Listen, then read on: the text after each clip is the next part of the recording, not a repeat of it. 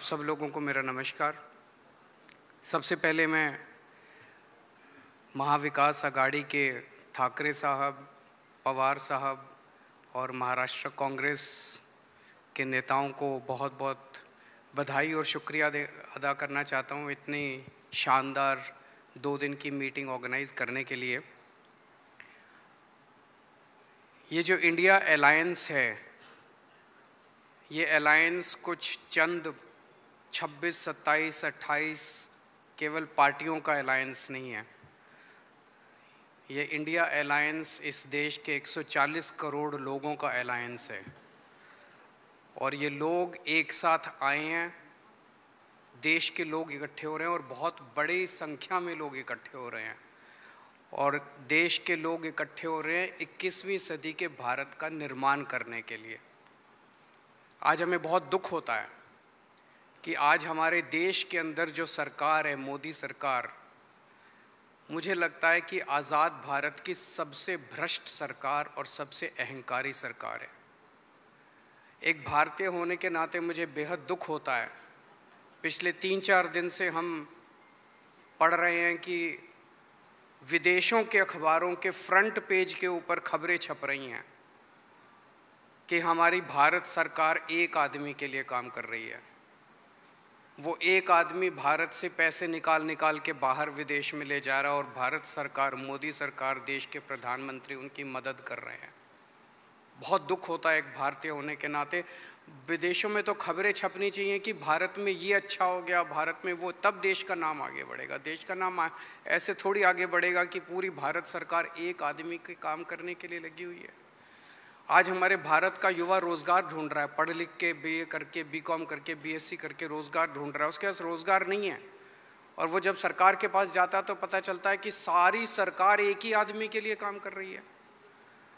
सारी सरकार भ्रष्टाचार में डूबी हुई है। आज हमारे लोगों के घर का खर्चा नहीं चल रहा, लोगों के आमदनी नहीं है, आमदनी उतनी है, खर्चे बढ़ते जा रहे हैं। सरकार के पास जाते हैं, पूरी सरकार एक ही आदमी के लिए काम करने में लगी हुई है।